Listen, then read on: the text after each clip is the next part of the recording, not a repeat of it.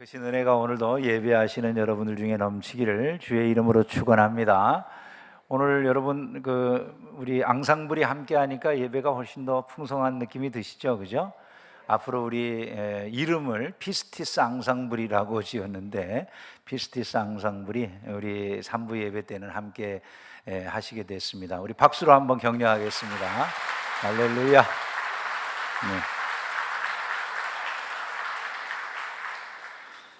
오늘은 교회에 임직식이 있는 날입니다. 오후 5시에 임직식이 거행하는데 여러분 모두 참석할 예정이시죠? 그죠?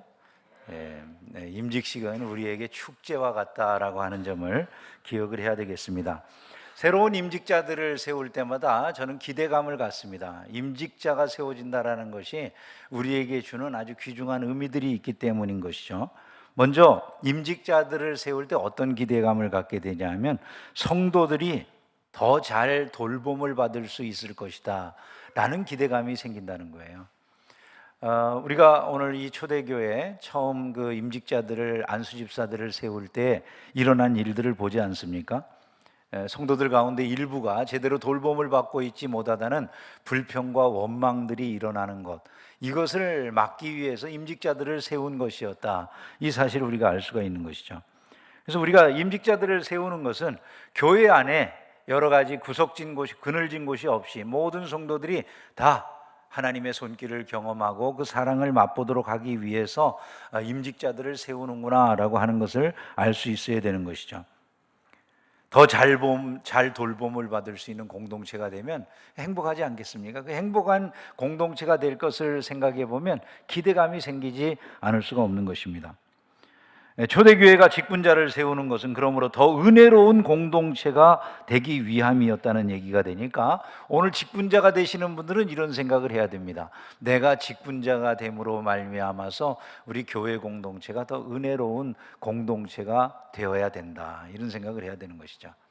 만약에 내가 임직자가 됐는데 내가 임직자 된 것 때문에 교회 공동체가 더 은혜로운 공동체가 되지 못한다면 그 임직은 별 의미가 없을 수도 있는 것이죠. 이 직분 자체가 우리에게 복을 주는 것이 아니라 직분을 어떻게 감당함이 복을 주는 것이죠. 그래서 우리가 하나님 앞에서 맡는 직분을 내가 이 직분을 맡는 것에 합당하도록 그렇게 만들어가는 것이 중요하다는 거예요. 임직자를 세우는 이유는 자기만을 돌보라고 임직자를 세우는 게 아닙니다. 목사가 자기만을 위하는 목사가 된다면 그는 싹군이라는 소리를 들을 거예요, 그죠? 목사를 우리가 임직할 때 목사라고 하는 사람이 성도들을 돌보는 사람이 되어주기를 기대하지 않겠습니까? 장로를 세우고 권사를 세우고 안수집사님들을 세울 때 우리가 그분들을 임직하는 이유는 이분들이 교회를 더 잘 돌봐주면 좋겠다라고 하는 그런 기대감을 가지고 세우는 거란 말이죠. 그런데 만약에 그분들을 세우는 것이 오히려 교회를 어지럽히는 것이 된다고 한다면 누구도 그걸 기뻐하지 않을 거라는 거예요. 임직자는 근본적으로 내 자신에 머무는 것이 아니라 다른 사람을 돌보려고 하는 의지가 있는 사람들이 임직자가 되는 거라는 거죠. 나를 넘어서는 마음이 있어야 돼. 내 안에만 갇혀 있는 마음으로는 임직자가 되는 것이 의미가 없다는 것입니다. 결국 교회 구석구석에 사랑을 나눌 마음이 내 안에 있을 때 그 임직을 받는 것은 의미를 갖게 되는 것입니다. 저와 여러분들이 한 형제로 부름을 받은 교회를 아름답게 돌보는 일에 함께 협력할 때 이 중계충성교회 공동체는 아름다운 공동체로 세워질 줄을 믿습니다. 근데 성도를 돌봐야 된다 그러니까 무조건 그냥 어렵다고 하면 돕자라고 나서는 사람들도 또 있어요. 그리고 또 그 마음이 너무 지나쳐가지고 교회를 오히려 비난하거나 공격하거나 이런 사람들도 있습니다. 교회가 자기인데 교회 말을 자꾸 하는 사람들이 있어요. 우리 교회는 이렇고 저렇고. 우리 교회에는 누가 들어가 있어요? 자기가 교회예요. 교회가 이 건물이 교회가 아니에요. 이건 예배를 드리는 장소일 뿐이지 교회는 자기라고요. 교회를 비난하기 전에 우리 교회가 이러니 저러니 그러기 전에 자기를 돌아보는 게 이게 교회 공동체에 속해 있는 사람들의 마땅한 자세라고 말할 수가 있죠. 그래서 교회 안에서 일어나는 일들을 우리가 살펴보면 예를 들어 이런 거예요. 우리 교회는 구제나 이런 걸 잘 안 해요. 어려운 사람이 있다고 돕자고 그랬더니 잘 호응을 안 해요. 이렇게 쉽게 말하는 경우들도 있어요. 근데 그런 것도 원리와 원칙이 있는 거죠. 예를 들어 교회 안에 어려운 분들이 초대교회에도 있었어요. 근데 만일 믿는 여자에게 과부 친척이 있거든 자기가 도와주고 교회로 짐지지 말게 하라. 이는 참 과부를 도와주게 하려 함이니라. 이렇게 말씀을 해요.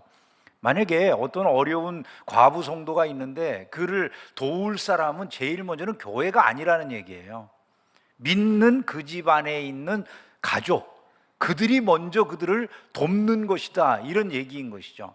자기 집안에 믿는 가족이 있으면 믿음의 가족이 자기 집안에 어려운 사람을 먼저 돌보도록 하고, 그것이 안 될 때에 그들로부터 소외되는, 아무도 돌봐줄 수 없는 참과부들, 이분들을 돌보는 게 교회의 일이라고 말씀하고 있다는 거예요. 디모데전서 5장 4절에 보면 만일 어떤 과부에게 자녀나 손자들이 있거든 저희로 먼저 자기 집에서 효를 행하여 부모에게 보답하기를 배우게 하라. 이것이 하나님 앞에 받으실 만한 것이니라. 이렇게 말씀합니다. 자녀들이 있어요. 건강하고 잘 나가는 자녀들이 있는데도 불구하고 그 부모들을 갖다가 교회가 돌봐줘야 됩니다. 이렇게 하지 말라는 거죠.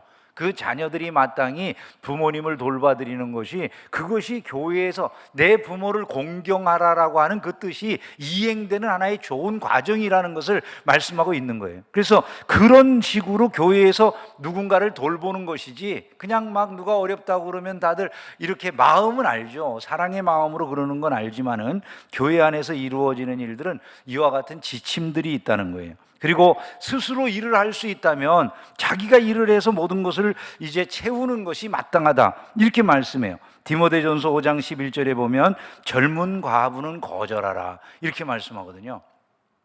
젊다라고 하는 얘기는 뭡니까? 내가 스스로 일할 수 있다는 거예요. 자기 스스로 일해가지고 자기의 먹거리를 충분히 장만할 수 있는 사람들이 교회에 짐을 지우는 이런 식은 바람직한 것이 아니라는 것이죠. 그래서 교회에서 돌보는 사람들이라고 하는 것은 결국 아무도 돌봐줄 수 없는 사람들, 정말 이제 그늘진 곳에서 혼자 울고 있거나 힘들어하는 분들, 그런 분들은 마땅히 교회가 돌봐야 되는 것이다. 그 일들을 잘 해내기 위해서 교회가 직분자들을 세우는 것이다 라고 하는 것을 성경이 말씀하고 있다는 것입니다.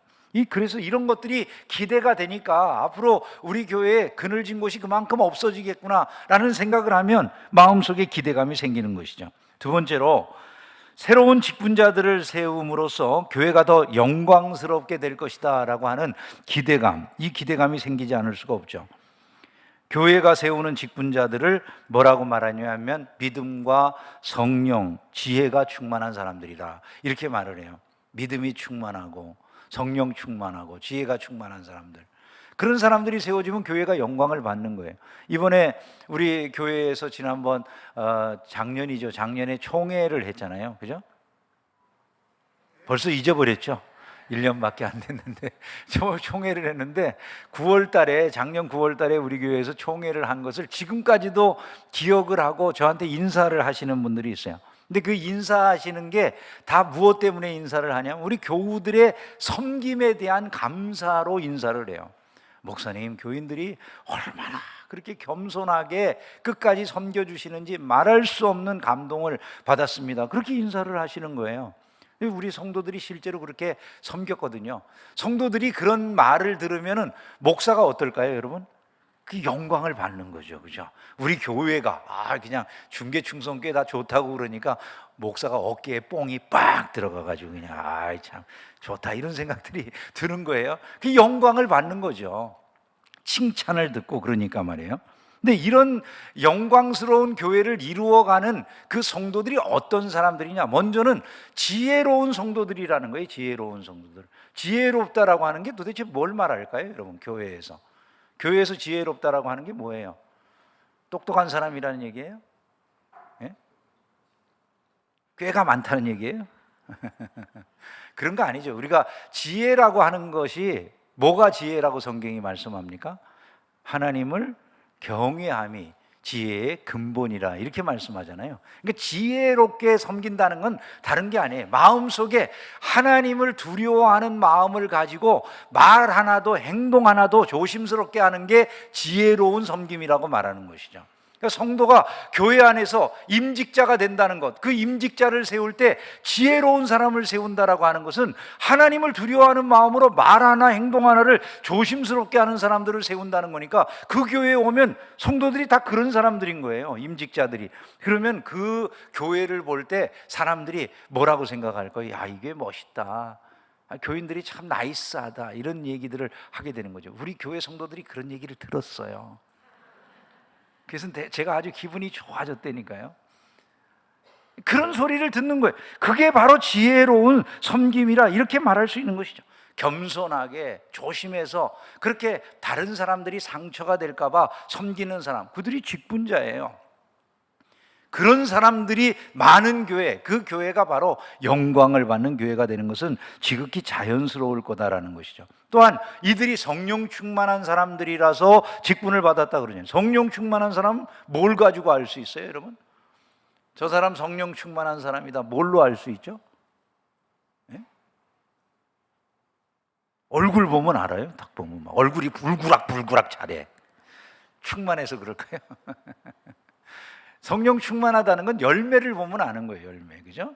충만한 열매가 있어. 그 열매가 뭐예요? 성령의 열매예요. 그 성령의 열매, 사랑과 희락과 화평과 오래 참음, 자비와 양선과 충성과 온유와 절제 같은 그런 삶의 열매가 가득해요, 그 사람의 주변에는. 그러면 그게 인격이 완벽하다는 얘기잖아요. 즉 예수님 닮아간다는 얘기와 똑같은 것이 아닙니까? 그래서 그런 사람들이 많은 교회, 그래서 그러한 섬김으로 섬기는 사람들이 있는 곳에, 공동체 안에 들어가게 되면 그 사람 행복하겠죠, 사람들이. 바로 그것이 하나님 앞에 영광이 되고 교회의 영광이 되는 줄로 믿습니다. 저희 교회에서 성도들이 얼마나 세심하게 섬겨줬는지 하시는 말씀들 가운데 그래요. 어떻게 선물 하나도 이렇게 세심하게 이 선물을 장만했냐고 그러더라고요. 저희 교회에서 지금까지 제가 그렇게 오랜 기간 총대로 가서 총회에 매년마다 참석을 했어도 우리 교회에서 준 선물 같은 선물을 총회 목사님들에게 드리는 걸 못 봤어요. 다 거의 비슷해. 가방 아니면 전자기기 뭐 이런 것들이 그냥 다야. 제가 우리 교회에서 그 공구 이렇게 전자 드라이버, 이렇게 전동 드라이버인가, 그거를 선물을 해드렸거든요. 그랬더니 시골 교회 목사님들이 얼마나 좋아하는지. 시골 교회는 DIY로 해야 될 게 많아. 자기가 직접 해야 될 일들이 너무나 많은 거예요. 그러니까 이 목사님들이 그 드라이버, 그 전동 드라이버가 그냥 손으로 조이고 그러던 것을 이렇게 전동 드라이버가 있어가지고 쓰니까 너무 편해지셨다고 고맙다는 말들을 그냥 여러 사람들한테 들었어요. 그리고 한쪽에서는 목사님 더 없수 그러더라고요. 제가 이건 뭐 끝났는데 뭐 하여간 엄청난 이야기들을 많이 들었어요. 지혜롭게 성령 충만한 성도들이 이렇게 섬김을 가질 때 교회가 영광을 받는 것은 지극히 자연스러운 일이라. 이 모든 것을 믿음으로 행하게 될 때 교회는, 그것이 누군가에게 자랑하고 자기를 높이려고 하는 마음이면 사람들이 보고 알아요. 저 사람들이 저것 해가지고 뭐 어디에다 깨나 뭐 자기 선거하려고 그러는구나 한다든지, 아니면 자기 자랑을 하려고 그러는구나 라고 한다든지. 어떤 사람들은 그러잖아요.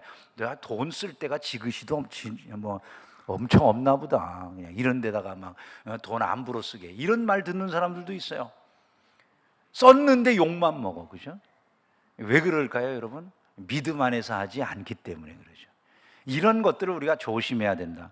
이런 이들이, 그러므로 믿음과 지혜와 성령 충만한 이분들이 하나님의 교회를 섬긴다라고 하는 것을 기대하게 되면, 그로 인해서 교회가 영광을 받을 것, 이것을 자연스럽게 기대할 수 있는 것이죠. 세 번째로, 목사가 더욱 본질적인 사역에 집중할 수 있게 될 거라는 기대감을 갖게 되는 것입니다. 직분자들을 많이 세우면 그런 일이 일어나죠.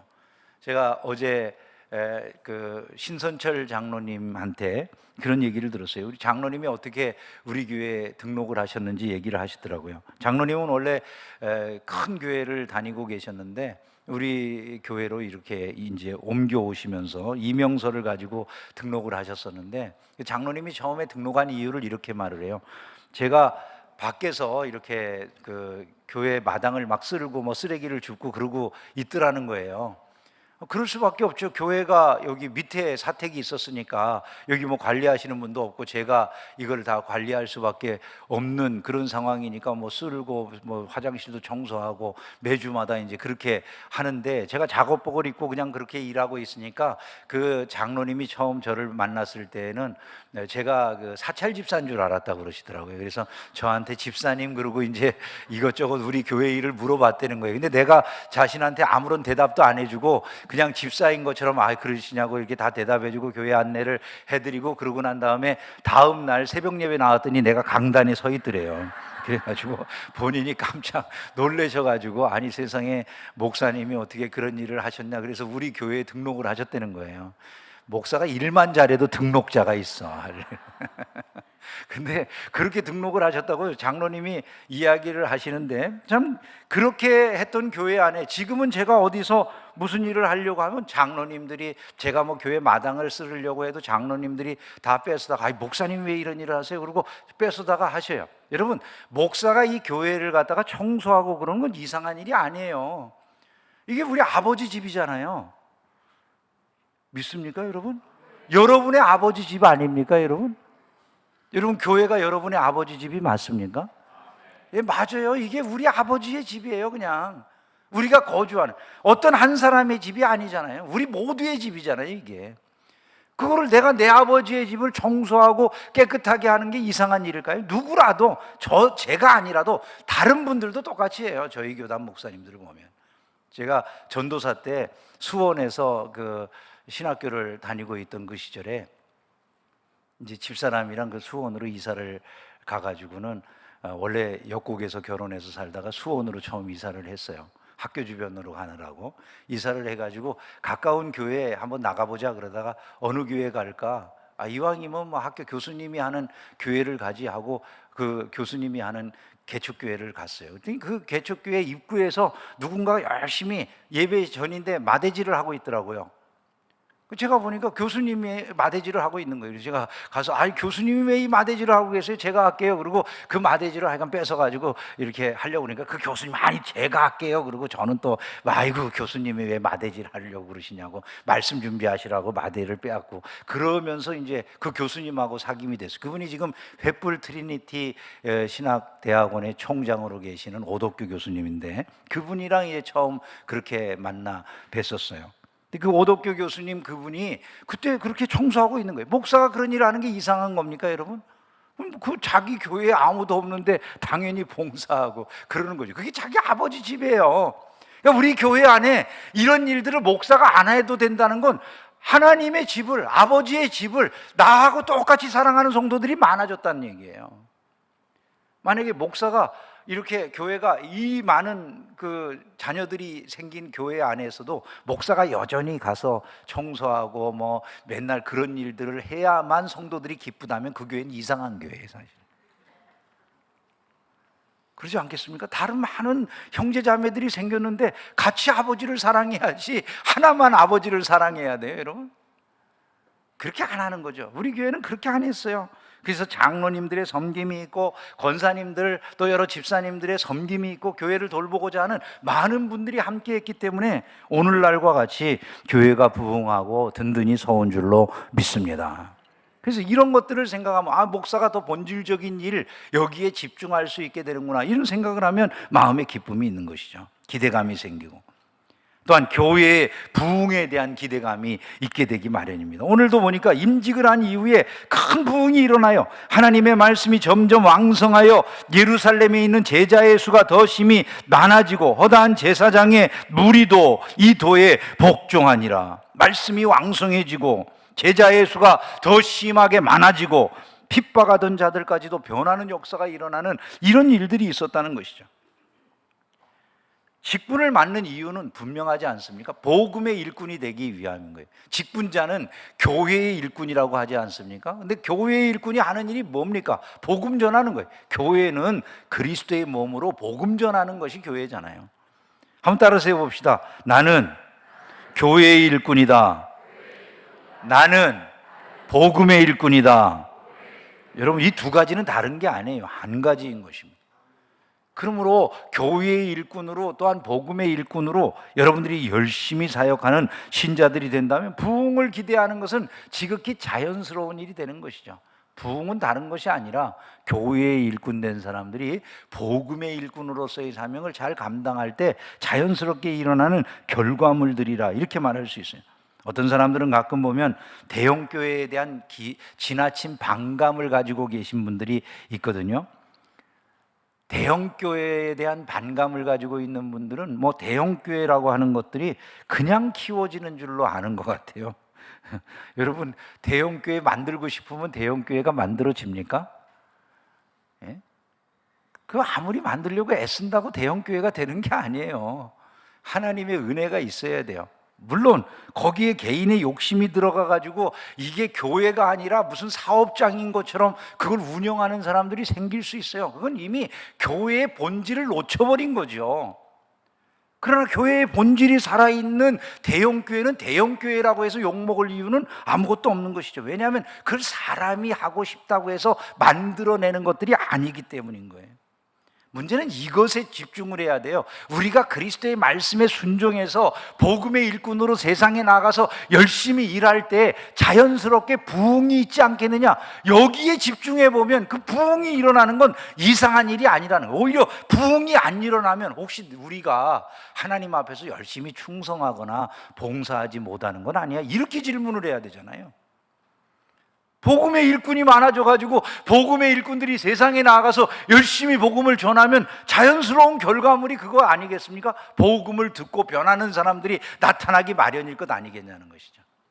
팬데믹 이후에 세상이 너무나 교회에 더 많이 도전적으로 바뀌었어요. 팬데믹 이전과는 다르게 교회를 무슨 이단 단체나 비슷한 것으로 이렇게 취급을 하고 함부로 말하는 이런 사람들이 너무나도 많이 늘어났어요.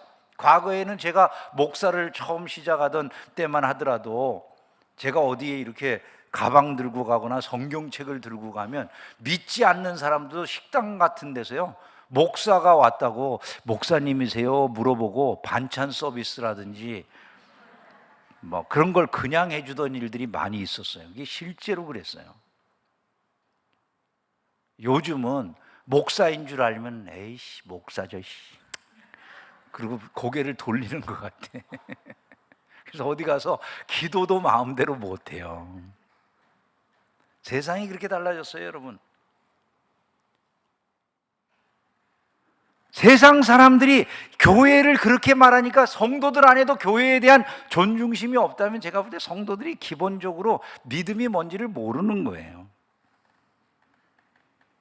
여러분들이 이것을 기억하고 있으셔야 되지 않겠습니까? 세상이 뭐라고 하더라도 교회만이 세상에 비치고 소금이라는 거예요. 믿습니까, 여러분? 교회만이 세상에 비치고 소금이라고요. 아니 목사님 너무 지나치잖아요. 다른 세계도 좋은 단체들 많고 의로운이라는 단체 많잖아요. 그럴 수 있습니다. 근데 무엇을 기준으로 세울 것입니까, 여러분? 기준이 되는 것을 정해주는 것은 무엇이라고 생각하세요? 그게 우리의 신앙이에요. 내가 적어도 예수 믿는 사람이라면, 세상에 안 믿는 사람들이야 무슨 생각을 가지고 무슨 판단을 하든지 아무 관계없죠. 그건 자기네들이 알아서 할 테니까.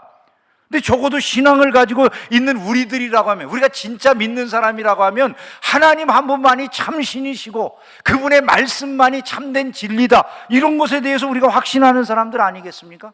그러면 우리는 그 말씀, 우리에게 전해진 이 복음 안에서 우리는 세상을 보고 판단하고 무엇이 진리인지, 무엇이 바른 것인지, 무엇이 도덕적인 것인지, 무엇이 완전한 것인지 이걸 알게 된다는 거예요. 모든 기준점이 여기에서 나오는 것이라고 생각한다면 세상의 모든 것 가운데 가장 중요한 것이 하나님의 말씀이요 복음이잖아요. 우리가 빛을 나눠주는 사람들이다, 이걸 우리가 기억을 해야 되는 것이죠. 교회가 만약에 흔들리고 그런다면 세상의 기준점을 제공해 줄 수 있는 게 아무것도 없다 그 말이에요. 여러분 요즘 보세요. 사람들이 교회의 진리가 흔들리니까 텔레비전이나 이런 데 많이 나오는 게 뭐 같으세요?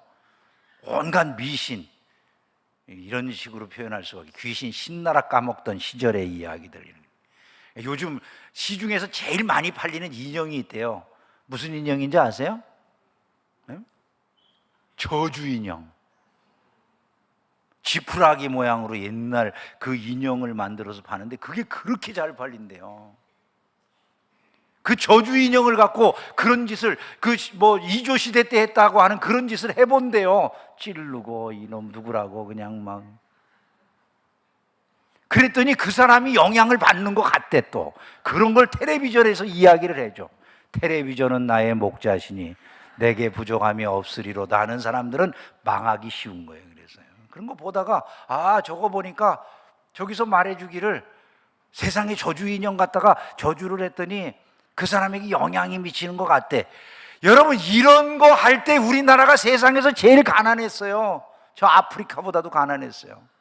여러분 아시잖아요. 제가 최근에 하도 궁금해가지고 1970년대 답심리, 답답한 게 심리 가는 그 동네 거기 쳐봤어요. 지금은 답심리가 얼마나 부유하고 잘 사는 동네가 됐습니까, 여러분? 서울에서도 사대문 안에 있는 그런 동네가 됐는데, 제가 자라던 시절, 그때 학교를 다니고 그러던 시절에 그 답심리를 쳐서 그 그림을 좀 사진 몇 장 띄운 걸 봤는데 한양대학교 부근이 딱 찍혀 나왔더라고요. 한양대학교. 제가 그때 당시에 그 한양대학 막 지어지고 한참 공사하고 한양대학이라는 이름도 갖기 이전인지 하여간 그 어간에 하여간 거기에 가서 이 카드 섹션 하는 거 막 대통령 지나가면 막 들었다 내렸다 이러는 거 같이 그 연습을 하러 거기를 간 적이 있어요. 그때 걸어서 그 마장동 있는 그 길을 갔다가 막 질퍽질퍽하는 그런 데를 넘고 해가지고 거기를 갔었는데, 그때 당시 모습이 딱 나와 있는 거예요. 딱 아프리카 난민들 사는 데예요. 그냥 다 스웨트 지붕 겨우겨우 해놓고 전부 붉은 그런, 하여간 지금 여러분들이 흔히 저 필리핀의 난민촌에서나 볼 수 있는 그런 모습의 삶을 살던 게 딱 그 시절의 모습이에요. 그게 1970년대 사진이에요. 그랬던 나라가 세상에 이렇게 잘 살게 됐어요. 제가 여기에 왔을 때 1980년에 우리 교회가 저 당곡에 있는 데 들어설 때 주변을 돌아다니면 전부 만자가 걸려있는 이런 깃발들이 도초에 서 있었어요.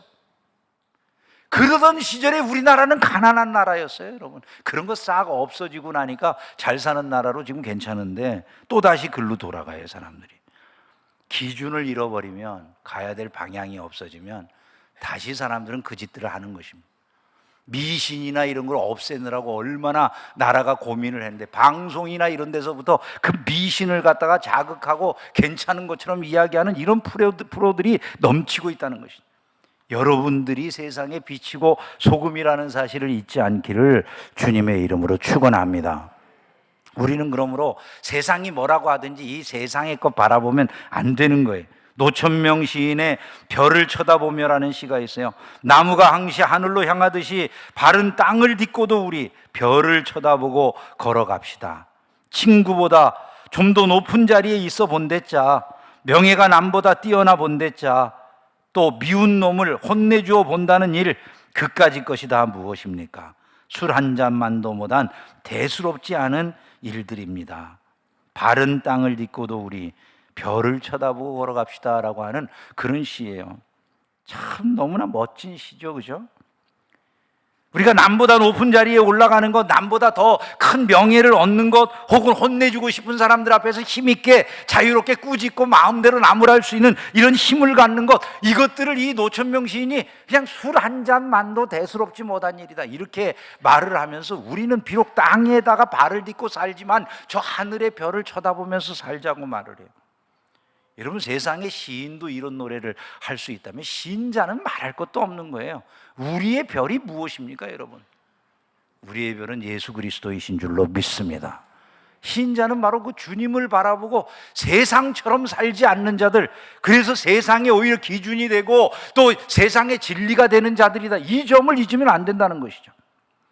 이러한 직분자들이 생길 걸 생각하면 교회 부흥이 기대되고 기쁨이 있을 수밖에 없다는 것입니다. 마지막으로 오늘 임직하시는 성도들에게 목사로서 거는 간절한 기대감이 있어요. 먼저는 우리 임직자들이 더 넓은 마음을 가진 사람들로 변해갔으면 좋겠다라고 하는 그런 기대감입니다.